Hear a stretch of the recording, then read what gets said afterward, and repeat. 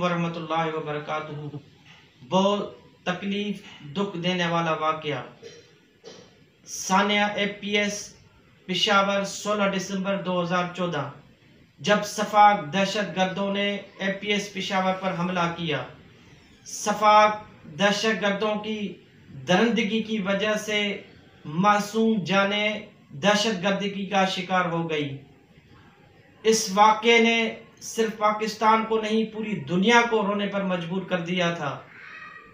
ہم APS کے تمام شہیدوں کو خراج تحسین پیش کرتے ہیں اور اللہ رب العزت سے دعا کرتے ہیں پھر کوئی ایسا دردناک اور ظلم والا دسمبر نہ آئے۔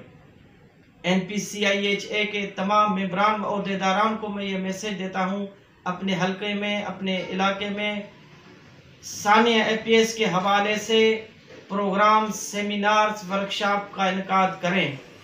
اور ہم نے عزم کیا ہے کہ پاکستان کے بچے کو تعلیم دینی ہے اور انشاءاللہ العظیم علم سے جاہل کا اور جہالت کا سد باب کرنا ہے۔ انشاءاللہ العظیم پاکستان زندہ باد۔